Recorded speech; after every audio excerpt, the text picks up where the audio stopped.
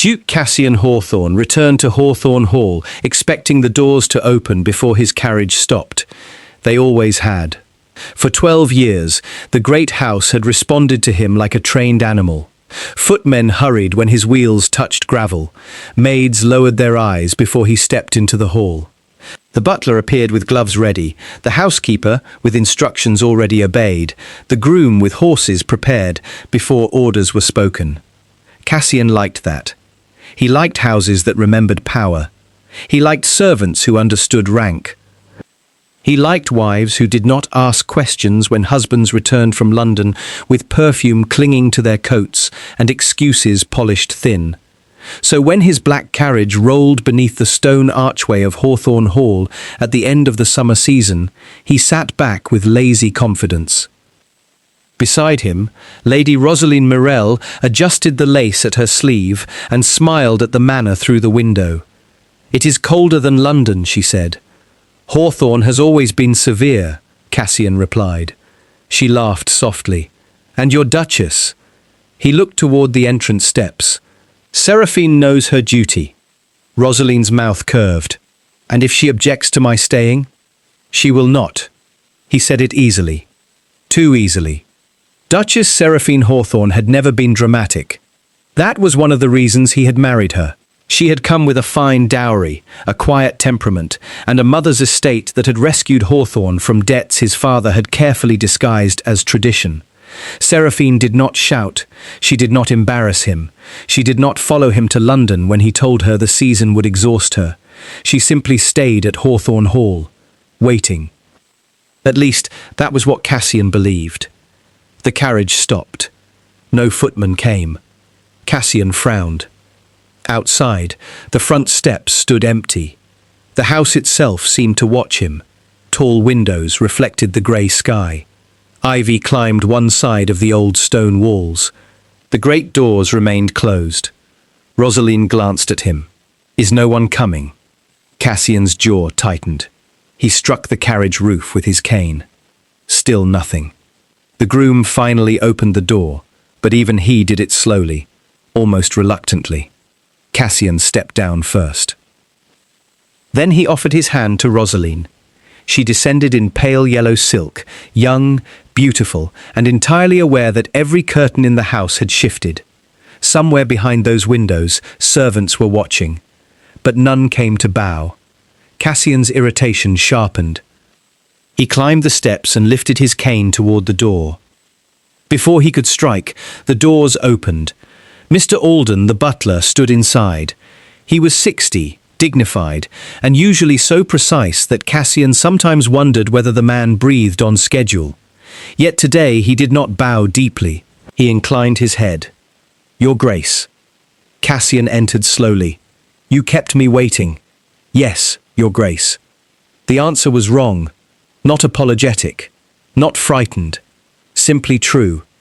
Cassian stared at him. "Have Lady Rosaline's trunks taken to the Gold Suite?"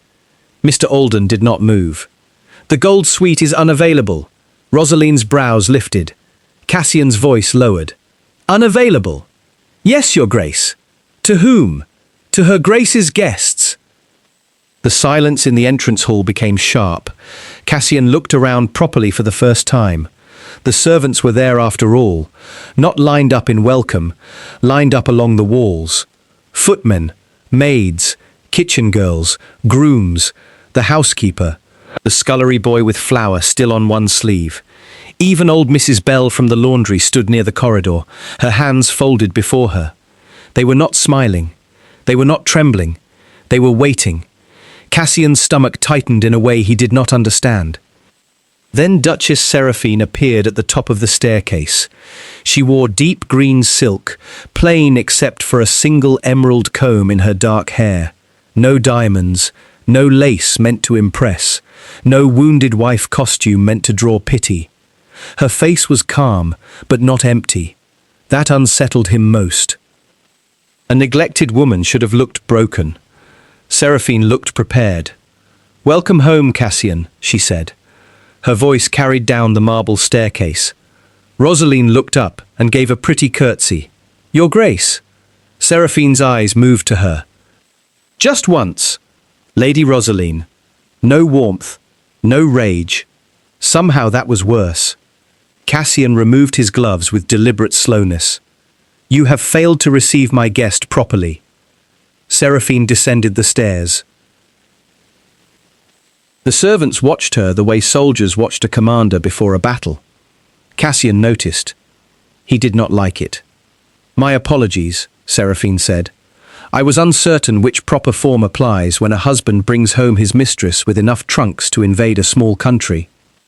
A maid near the wall choked softly, then lowered her head. Rosaline flushed. Cassian's eyes hardened. You will not insult her. Seraphine reached the bottom step. Then perhaps you should not have brought her here as an insult to me. The hall went silent. For 12 years, she had never spoken to him like that before. Cassian stepped closer. We will discuss this in private. No. The word struck him harder than it should have. He stared. No? No. Seraphine repeated. You made your season public. You brought her home in public. You expected the household to assist your cruelty in public. We shall not hide the consequences in private, merely because you have discovered they are uncomfortable. Rosaline's voice trembled with irritation. I came here under His Grace's protection. Seraphine looked at her. That must be frightening. Rosaline blinked. It should be, Seraphine added. Cassian's patience snapped. Enough.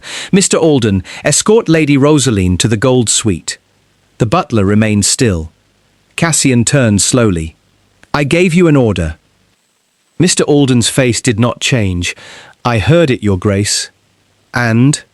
I cannot obey it. A low gasp moved through the lower servants. Rosaline stepped back. Cassian stared at the old butler as if he had transformed into a stranger. You cannot? No, Your Grace. Have you forgotten who pays your wages? For the first time, Seraphine smiled. It was not kind. No, Cassian. That is exactly what they remember. He turned toward her. She lifted one hand slightly. Mrs. Hargrove, the housekeeper, stepped forward and placed a leather ledger into Seraphine's hands. Cassian looked from the ledger to the servants. Something cold moved inside him. What is this? Seraphine opened the book. 6 months of unpaid wages. His face changed. Only slightly. But she saw it. The West Farms unpaid for winter grain, she continued. The kitchen accounts delayed. 3 maids dismissed without references by your steward. 2 grooms injured and denied compensation. The laundry women told to accept half pay until your London expenses settled. Shall I continue? Rosaline looked at Cassian sharply. You said the estate was stable. It is, he snapped. Seraphine closed the ledger. No, it was silent. You mistook that for stability. The servants remained motionless, but the air around them changed. These were not nameless figures holding trays and opening doors. They were people with memories, grievances, and now, apparently, courage. Cassian turned on Mr. Alden. You discussed estate accounts with Her Grace. Mr. Alden's voice remained calm. Her Grace asked why the staff were hungry. The words landed like a blow. Rosaline's face paled. Cassian felt heat rise in his own. I left instructions with Steward Vale. And Steward Vale obeyed them, Seraphine said, until I dismissed him. For a moment, Cassian could not speak. You dismissed my steward, our steward, and yes, you had no authority. On the contrary, while you were in London, I found I had far more authority than you wished me to remember. She nodded again. Mr. Alden opened the drawing room doors. Inside stood 3 men Cassian recognized at once. Mr. Calloway, the family solicitor, Lord Emerson, the county magistrate, and Sir Julian Merworth, the Queen's household observer. Cassian's mouth went dry. Rosaline whispered, Cassian? Seraphine stepped aside.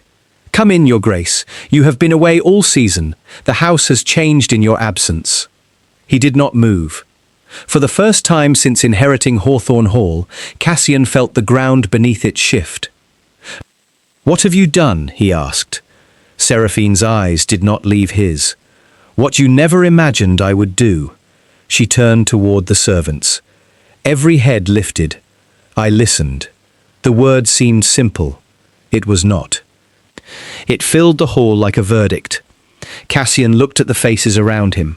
Mrs. Bell from the laundry, Thomas the footman, young Alice from the kitchens, old Alden, Hargrove, the grooms, the maids, even the scullery boy. They did not look like staff awaiting orders. They looked like witnesses. And that was when Cassian understood something was deeply wrong. His wife had not merely endured his absence, she had used it. She had walked through the house he thought belonged to him and heard every truth hidden beneath polished silver and closed doors. She had followed the accounts. She had found the missing wages. She had dismissed his steward. She had invited officials. And somehow, impossibly, she had changed the loyalty of the servants. Cassian forced a laugh. It sounded thin. "You think a few servants can stand against a duke?" Seraphine looked at him with quiet sadness. "No, Cassian." Then she opened the ledger again. "I think the truth can." Before he could answer, a carriage bell rang outside. Then another, then several more. Rosaline turned toward the entrance doors in alarm. Mr. Alden stepped forward. "Her Grace's guests have arrived." Cassian stared at Seraphine. "Guests?" "Yes," she said. The first carriage stopped before the steps, then the second, then the third. Through the open doors, Cassian saw crests he recognized from court, families he had laughed with in London, men who had watched him parade Rosaline at dinners while his wife remained in the country. Seraphine handed the ledger to Mr. Calloway. "You brought your mistress home after a season of making me into a whisper," she said quietly. "So I invited every whisper back to hear the answer." Cassian looked at the servants again. None lowered their eyes. Not one.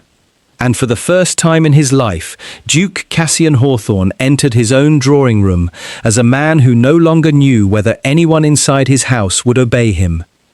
The drawing room had never looked more beautiful. That was the cruelest part.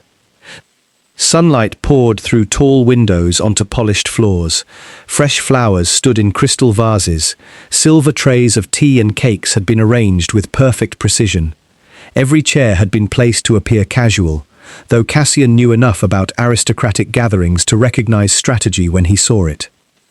The important guests sat closest to the fireplace. The witnesses stood near the walls. The servants waited by the doors. His wife stood at the center of it all. Seraphine had turned his house into a courtroom without ever calling it one. Cassian entered with Rosaline at his side, though he noticed she no longer stood quite so close to him. Her earlier confidence had cracked. The pale yellow silk that had seemed charming in the carriage now looked too bright beneath the room's judgment. The Countess of Arlen watched from a blue armchair. Lord Marchvale stood near the mantel. Lady Verity, the Queen's cousin, sat beside Sir Julian Merworth with a fan closed in her lap. A closed fan was never a good sign. It meant the woman had no need to hide her expression. She wanted him to see it. Cassian bowed stiffly. "This is an unexpected honor." Lady Verity replied, "Your wife's invitation was unusually compelling." Rosaline tried to smile. How lovely that everyone could gather. No one answered her. Seraphine moved to the writing table. "Thank you all for coming. I regret the unusual nature of this gathering, but Hawthorne Hall has suffered for too long under the protection of silence." Cassian laughed softly. Dramatic words for household misunderstandings. Mrs. Hargrove looked up. Only for a second, but Cassian saw it. So did the court. Seraphine did not argue with him. She turned to the housekeeper. "Mrs. Hargrove, when did the wages first begin arriving late?" The housekeeper stepped forward. Her hands were steady. 2 years ago, Your Grace. At first only a week, then a month. By last winter, 3 months for some of the lower staff. Cassian's jaw tightened. Estate income fluctuates. Seraphine nodded. Yes, that was Steward Vale's explanation as well. She lifted another ledger. Until I found the London accounts. Cassian's eyes narrowed. Rosaline's fingers gripped the back of a chair. Mr. Calloway took the ledger and began reading. Dressmaker bills, opera boxes, gaming club debts, jewels purchased from a Bond Street merchant, a townhouse rented under an assumed name, carriage expenses, private supper accounts, and finally, payments made directly to Lady Rosaline Mirel. A murmur moved through the room. Rosaline stood. Those were gifts. Seraphine looked at her. Yes, they were. The simplicity of the answer disarmed her. Seraphine continued. Gifts bought while the kitchen maids were told to share winter boots. Gifts bought while the west roof leaked over the nursery wing. Gifts bought while Thomas Reed was dismissed for refusing to work unpaid. Thomas, the former footman, stepped forward from the far side of the room. Cassian had not even noticed him. He remembered the man vaguely. Tall, quiet, useful. One of those servants who appeared when summoned and disappeared when not needed. That was how Cassian preferred servants, present without becoming real. Now Thomas stood before the court in a clean but worn coat, his face pale but determined. Seraphine turned to him gently. Tell them what happened. Thomas swallowed. I asked Steward Vale when the wages would come. My mother was ill, and I needed to pay the apothecary. He told me His Grace had greater expenses than servant troubles. When I said I could not continue without pay, he dismissed me without reference. Lady Verity's expression hardened. Cassian looked away. He had never said those words, but he had created the man who could. Seraphine continued. And your mother? Thomas's mouth tightened. Her Grace paid the apothecary. Every servant in the room knew that already. The court did not. A murmur of approval moved quietly through the guests. Cassian turned on his wife. You spent estate funds without consulting me? No, Seraphine said. I used my pin money, since my husband was using estate funds for opera suppers. The blow landed. A few guests looked down. Rosaline's face burned. Mr. Calloway presented the next document. Her Grace then began a review of all household accounts. Steward Vale attempted to prevent access to the wage ledgers. He claimed only His Grace could authorize review. He was correct, Cassian said. No, Calloway replied. He was not. The solicitor opened a copy of the marriage settlement. Cassian went still. He had never read the thing closely. His father's lawyers had handled it. Seraphine's mother's lawyers had insisted on several clauses. Cassian had signed because he wanted the dowry, the alliance, and the wedding done before creditors asked questions. Calloway read calmly.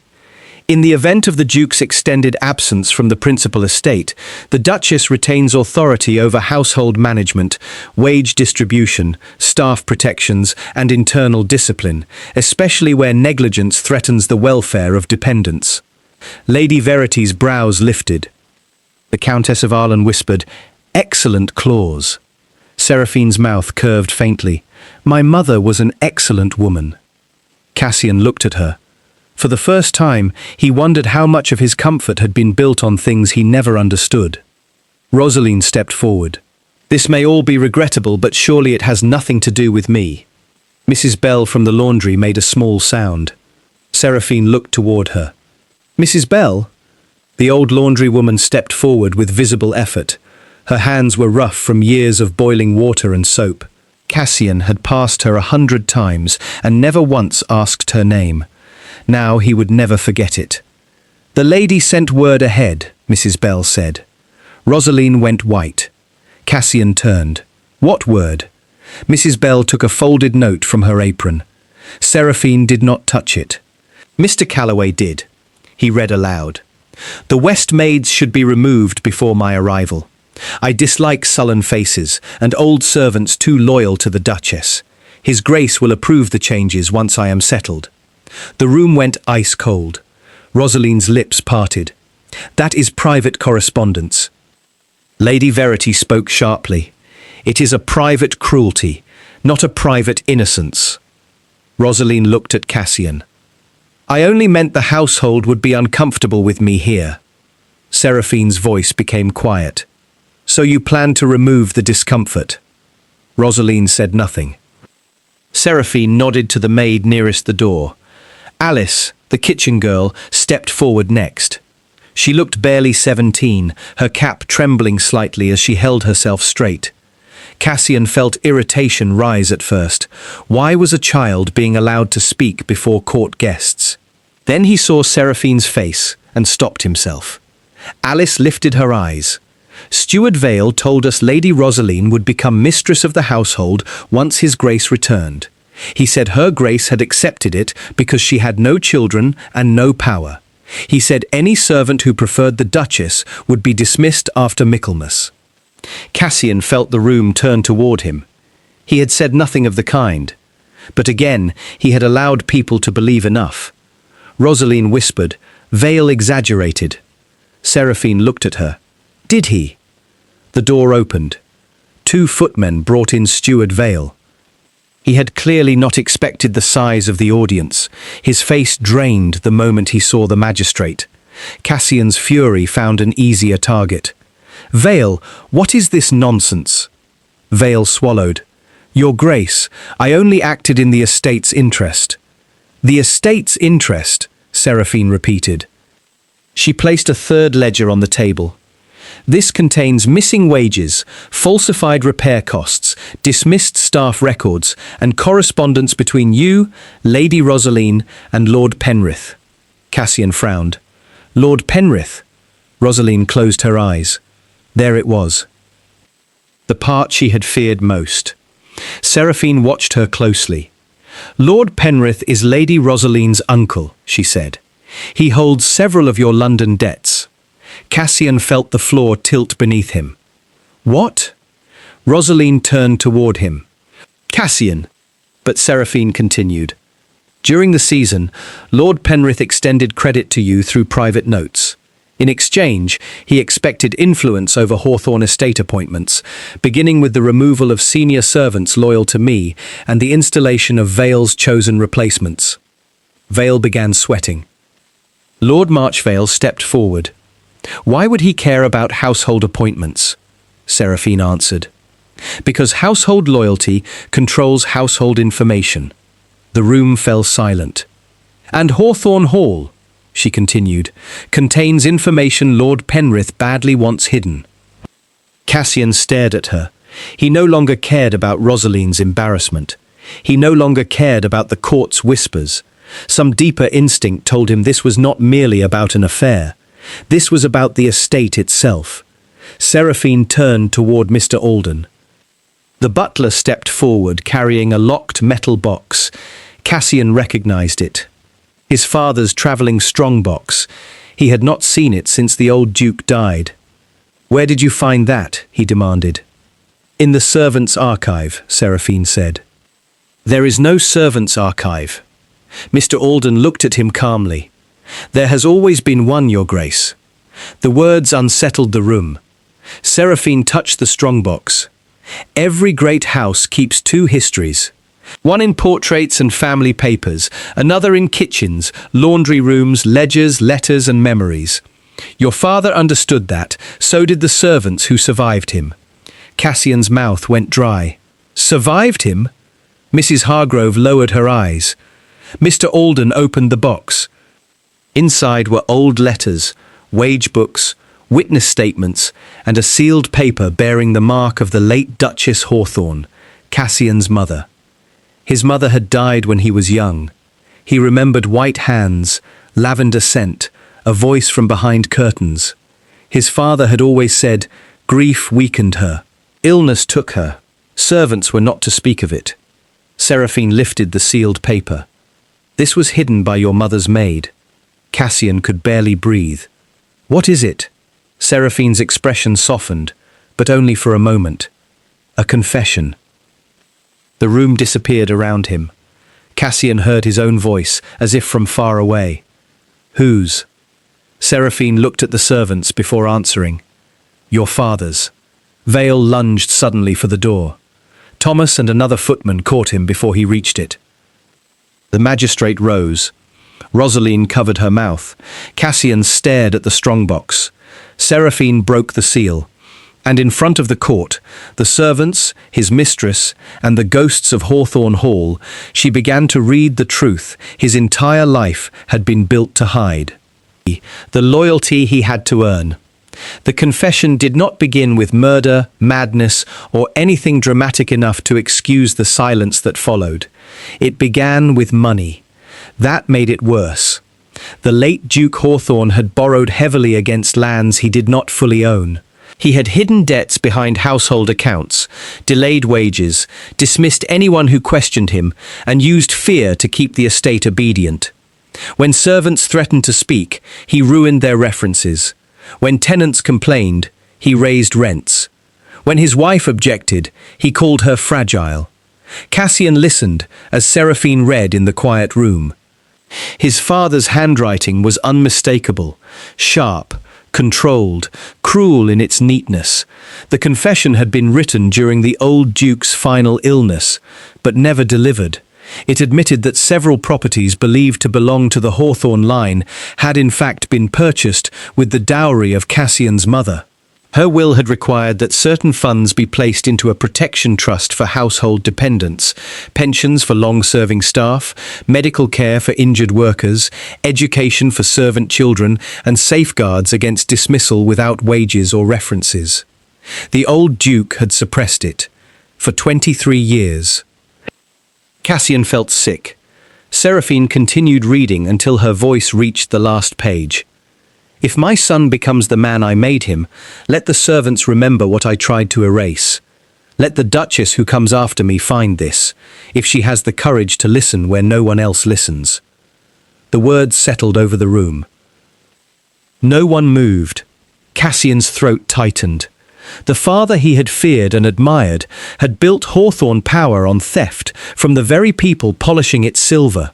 And Cassian, without knowing the full truth, had continued the pattern. Late wages, dismissed servants, a steward using fear in his name, a mistress writing ahead to remove loyal faces. He wanted to say he had not known, but ignorance suddenly felt less like innocence and more like laziness dressed in silk. Lord Emerson, the magistrate, took the confession from Seraphine and examined the seal. Sir Julian Merriworth reviewed the attached will. Mr. Calloway produced copies of bank records Seraphine had already gathered. Of course she had. She had spent the season building a case, while he spent it being admired by a woman whose uncle wanted his debts to swallow the house. Rosaline stood trembling near the window. "Cassian," she whispered, "I did not know about your father." He looked at her. For months, he had thought her charming because she never asked him to become better. Now he understood that some women feel easy to love only because they require nothing honorable from a man. "But you knew about the servants," he said. She looked away. The answer was enough. Vale broke first. The steward began speaking quickly, naming Lord Penrith, listing letters, payments, instructions. He had been told to keep wages delayed, so the staff would become desperate. He had been told to dismiss anyone close to Seraphine before Cassian returned. He had been told that once Rosaline was settled in the house, the duchess could be pressured into leaving for the dower estate. Rosaline wept. No one comforted her. Not yet. Some tears ask for mercy. Others arrive only when exposure becomes unavoidable. Cassian turned to Seraphine. "You knew all of this before I came home?" "Not all," she said. "Enough." "And you told the servants?" "I asked them." He frowned. She continued, "That is the difference you still do not understand. Your father commanded silence. You inherited command. I asked questions." Mrs. Bell's eyes filled. Thomas looked down. Alice held her hands together tightly, as if afraid to hope. Seraphine lifted the final document from the strongbox. "This is the late Duchess's trust." Mr. Calloway stepped forward. "It is valid," he said. "Suppressed, but valid. With the magistrate's witness and royal observation, it can be restored." Lord Emerson nodded. "The estate will be required to answer for unpaid protections." Cassian looked around the room. All his life, Hawthorne Hall had seemed invincible because everyone obeyed. Now he saw the truth. The house had been held together by people who had every reason to abandon it. And Seraphine had given them a reason not to. Not loyalty to him. Loyalty to justice. Lady Verity spoke for the first time in nearly half an hour. "Duchess, what are you asking?" Seraphine did not hesitate. Immediate removal of Steward Vale. Full payment of wages owed. Restoration of dismissed servants with references and compensation. Establishment of the Hawthorne Household Trust according to the late Duchess's will, legal protection against dismissal without cause, review of estate debts tied to Lord Penrith, and formal recognition that household staff may testify without retaliation. Cassian stared at her. This was not a wife's revenge thrown in anger. This was reform. Prepared, lawful, unignorable. And the Duke? Lord Marchvale asked. Every eye turned to Cassian. Seraphine looked at him for a long moment. He may decide who he wishes to be after hearing the truth. That answer wounded him more than any punishment, because she did not beg him to change. She did not threaten him. She simply left him standing before the man he had been. Cassian looked toward Mr. Alden. The old butler met his gaze. For the first time, Cassian wondered what Alden had seen when he looked at him all these years. A boy shaped by his father, a man repeating old cruelties, a duke too proud to notice hunger under his own roof. "Mr. Alden," Cassian said. The butler straightened. Cassian's voice caught, but he forced the words through. "I owe you wages." Alden's expression shifted almost imperceptibly. "Yes, Your Grace." And an apology. The room went still. Cassian turned to Mrs. Hargrove. "To you as well. Then to Thomas. And you. Then to Alice. And you." His eyes moved over the servants, one by one. "I cannot undo what my father did. I cannot undo what I allowed by refusing to see. But I can stop pretending rank excuses blindness." No one applauded. He did not deserve applause. That was why the silence felt honest. That was why the silence felt honest. Cassian faced Lord Emerson. "Steward Vale is dismissed and placed under your authority for investigation. The trust is to be restored. All wages owed are to be paid from my personal accounts, not estate funds. If my London holdings must be sold, sell them." Rosaline made a small sound. He turned to her. "Lady Rosaline, you will leave Hawthorne Hall before nightfall." Her face crumpled. "Cassian, no." It was the first clean word he had spoken all day. No more rooms prepared by unpaid maids. No more jewels bought with delayed wages. No more comfort built on other people's silence. She began crying harder. "Where am I to go?" Seraphine answered before Cassian could. "To your aunt in Bath. Lady Verity has already arranged the carriage." Rosaline looked at the Duchess in stunned humiliation. "You would help me?" Seraphine's expression remained cool. "I am not helping you. I am preventing further disorder in my house." Lady Verity's mouth twitched. Rosaline lowered her eyes. By evening, Hawthorne Hall had changed again. Vale was taken away under guard. Letters were sealed for London. The servants' trust documents were copied and witnessed. Lord Penrith's debts were frozen pending review. Lady Rosaline's trunks were loaded back into the carriage she had arrived in only hours earlier. She left without farewell. No one watched from the steps except Cassian. Not because he loved her, because he needed to see the consequence of what he had invited into his home. When the carriage disappeared, he turned back toward the hall. The servants were not lined up now. They were working, quietly, steadily. Not for him, for the house, for Seraphine, for themselves. That realization humbled him more deeply than public disgrace. Later that night, he found Seraphine in the old servants' archive. He had not known the room existed that morning. It lay beyond the lower corridor near the linen stores, a small stone chamber filled with ledgers, old trunks, letters, wage rolls, household keys, birth records, funeral notices, recipes, and lists of servants who had lived and died within Hawthorne walls. The hidden memory of the house. Seraphine stood at a table, carefully placing his mother's confession into a protective folder. Cassian stopped at the doorway. "May I enter?" She looked up. The question mattered. Yes. He came inside slowly, like a stranger in a chapel. "I thought loyalty meant obedience," he said. Seraphine closed the folder. "Most men in great houses do. And you? I think loyalty means people trust you enough to remain when leaving would be easier." He looked at the shelves, at the names written in old ink. "They trust you." "Yes. Not boastful, not apologetic." "True." He nodded. "Good." That surprised her. He saw it. "I wanted them to choose me," he said. "Even after everything. Some childish part of me expected it. But they should not. Not yet." Seraphine studied him. "And what will you do with that understanding?" "Begin where I should have begun."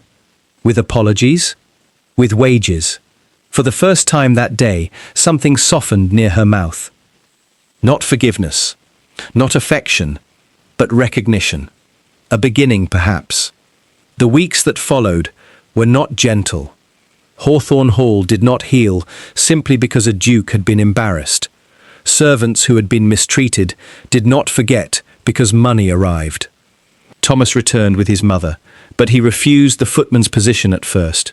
Alice cried when given proper pay, and then became angry that gratitude had been expected for what was owed. Mrs. Bell accepted her pension with dignity, so sharp it cut every noble guest who witnessed it. Cassian learned to stand in rooms where no one rushed to comfort him. He attended wage meetings. He read ledgers. He discovered names.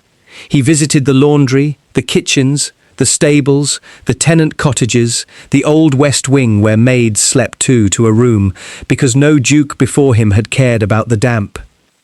Everywhere he went, he found evidence that Hawthorne Hall had survived not because of ducal greatness, but because ordinary people had held it upright with blistered hands and unpaid patience. Seraphine did not guide him gently. She corrected him sharply. Often, he accepted it. Slowly, the staff stopped stiffening when he entered, not because they forgot, but because he no longer entered like a man expecting the world to bend. Winter came. The household trust was formally restored in the county court. The story spread through society, as all scandal does. At first, people laughed at the duke whose servants had turned against him. Then the laughter shifted. Other houses began reviewing wage books. Other maids began asking questions. Other duchesses began listening. At the Queen's winter reception, Lady Verity raised a toast that made half the court uncomfortable. To the servants who remember what families forget, Seraphine lifted her glass. Cassian did too. From across the room, someone whispered that Duchess Hawthorne had conquered her husband. Seraphine heard and smiled faintly. She had not conquered him. She had simply stopped carrying his blindness. That evening, when they returned to Hawthorne Hall, the doors opened before the carriage stopped. Mr. Alden stood at the entrance.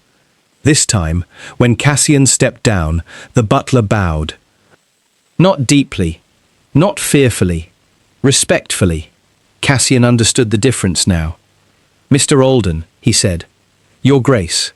Is Her Grace's meeting prepared for the morning?" "Yes, Your Grace. The household council will gather at 10. The old Cassian would have laughed at the phrase. Household council. Now he only nodded. Good. Seraphine stepped down beside him. The servants greeted her first. Not because Cassian had fallen, because she had risen in truth. He watched her enter the hall, and for the first time he did not resent their loyalty to her. He admired their wisdom. Years later, people still told the story of the Duke who spent a season with his young mistress and came home expecting obedience. They said his wife met him with ledgers. They said the servants refused to bow. They said an old strongbox exposed a buried crime, a mistress was sent away, and a house learned to speak. But the servants told the story differently. They said the duchess asked their names. They said she paid what was owed. They said she listened before she commanded. And when the duke finally returned, he found not rebellion, but the truth every great house fears most. Loyalty cannot be inherited. It cannot be purchased with titles. It cannot be forced by bells, wages, uniforms, or fear. It must be earned. And at Hawthorne Hall, the servants had already given theirs to the only person who had treated them as human.